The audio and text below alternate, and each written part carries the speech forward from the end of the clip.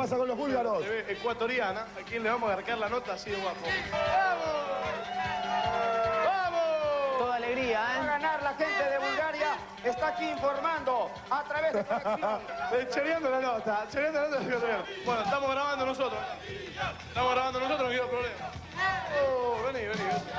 Oh, me caso. Hola. Opa, hola. Hola. We are here since 15 days and you are the most beautiful girl we have seen in all the World Cup. Thank you.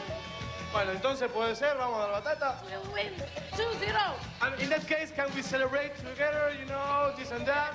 Yeah. ¡Epa! Bien, Fierita. He's a Bulgarian girl just once before...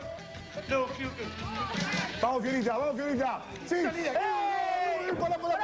Pará. Televín, ¿qué pasó? ¿Se metió un tipo ahí? Ay, se metió un macho. Quedó descontrolado, Fierita. ¿Qué pasó? ¿A quién le dio el beso? Buffet de Troa, ¿cómo se dice ¿Exige eso? un Televín esto? No, a ver, vamos a ver despacito. A ver, mirá. ¿Se ve? Sí.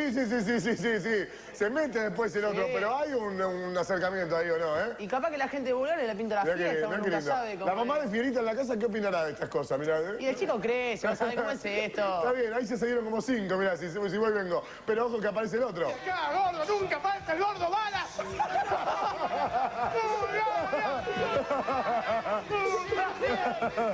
Amigo Pirita, que vino hinchado por Nigeria, de calentito que se queda con hinchado. Calentito los panchos.